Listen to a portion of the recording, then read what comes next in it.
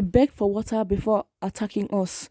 Traumatized Oyo women raped by herdsmen recount ordeal. Some rape victims in Igogon, Ibarakwa, North Local Government Area of Oyo State, have recounted their ordeals at the hands of herders in the area. Shola, an 18-year-old victim who was raped on her father's farm, said she had gone alongside her siblings to the farm to assist her parents as it was harvest season.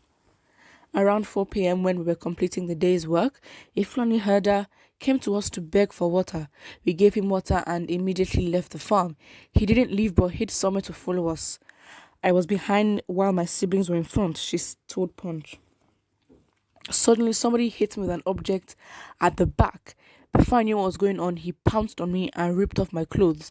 My siblings ran away to get help from the village, but before help could come, he had molested me and fled. She said the criminal was caught but never got justice. Wow, but she never got justice. Also speaking, a woman in her mid-50s, identified only as Victoria, said the herder abused her. Victoria said hers was a double jeopardy case, as her daughter was also a victim 6 months later. Wow. She said, I went to the farm that day around 3 p.m. Later, a Fulani man came to beg me for water and I gave him and faced my work for the day. I was with some children helping on the farm. We were still working when he returned and asked for water again. Then I became suspicious. I told him to leave before I could walk away. He hit me with a machete. According to her, the children fled while she was captured, raped, adding that the herder escaped before help could come. Another mother of 5 who was also a victim said fending for a living had become a Herculean task as she couldn't go to her farm for fear of being attacked. She said the attack on me happened in the afternoon on my cashew farm. I was harvesting cashew that day and we took a break to boil some yam to eat. While we were boiling the yam, a Fulani man came and asked me for water. I didn't know him, but I gave him water because there are many of them in the area. I didn't know that it's the usual method. Another victim of rape by killer herdsmen said that her survival and escape were attributed to the mercy of God. She says she went from her farm at Olowo area that day when the incident occurred. She said, while I was on a farm, the young Fulani man passed, greeted me and went his way. Not long after, he returned and requested water. In my mind, I thought he was too shy to ask for water, and that was why he went away earlier. I did know he had an evil intention. She said before she could run to give him water, he hit her with a machete. She went on all fours as blood spilled out, and he still raped her in that condition. She stated after the police warded in, the issue was resolved after pleas from the Fulani community. I haven't gotten over it. The experience never left me. Why should the community have a say in this, my guy? No. Meanwhile, the spokesperson for the police in the state, Olubenga Fadeyi, said if the rape cases were reported in division there, investigation would commence on them.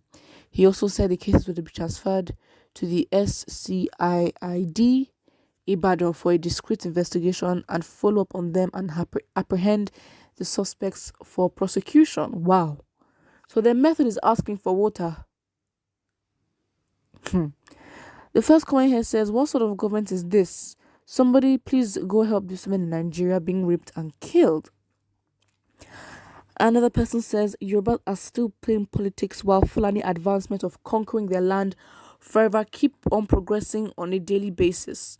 Now all they think is all the things Biafrans have been lamenting on over the years are now happening in Yoruba land without any support from their leaders to defend them.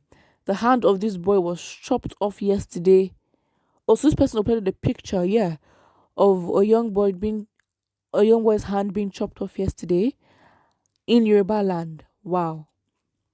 Someone here says, the zoo is gone in this 21st century. Which country will allow people to move cattle from one village to another, destroy crops and other produce, divide Nigeria or burst? That is it. That is so right. Just one tribe, Fulani people. It's conspicuously obvious that this is the exact agenda of this government. Others are mistaking that all that is all going on for politics. Shame on southern politicians. God himself will disgrace you all in Jesus' name. These are happening under a useless and confused government who don't know their primary duty. Sad, but it's true. This kind of news is hurtful, it's paining and this kind of situation can be avoided. Government do something before it gets out of hand. Yeah, but then when you're trying to tell them that what they're doing is wrong, then they'll send on police. The police that were complaining, the police that was bribing us, the police that was not well fed, the police that was looking tattered and battered on the streets and taking out their angers on the citizens, all of a sudden are now well fed. They will have the best outfit, best attire, best ammunition, equipment, and then they will come out to come and try to stop any protest. My guy, we will count all of you one day, and then when Nigeria is better, you will not benefit from anything. Someone here says, where were the emoticons when such act was carried out? What have the police and vigilantes done to track down the perpetrators? Raped by these evil forest inhabitants who are nearer animals than human beings, live like and possess the soul of animals. These horrible incidents are yet to be sufficiently made public, but it's the same story everywhere, and victims know the tribal shock of the tribal stock of the perpetrators. That is very true. I'm so confused. I'm not confused. I'm just why is no one reacting to this? Like, why is there no uproar? Because these things are getting too consistent and it's very, very bad. There has to be an uproar. People need to go and protest again, because if we keep quiet, the government really think that they've won and they will continue. Because to them, it's like, oh yeah, so sending out operatives to stop protests are effective and shooting them are effective. Like, we need to agitate for is to separate the country. That's it.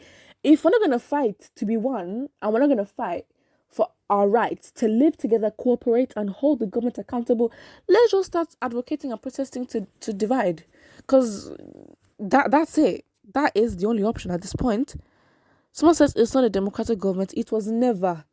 They just use APC and PDP to just be like, let's give them the idea that it's some kind of democratic government.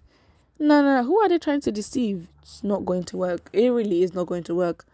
Put what you think about this in the comment section below. It's obviously very sad. And do not forget to like and subscribe.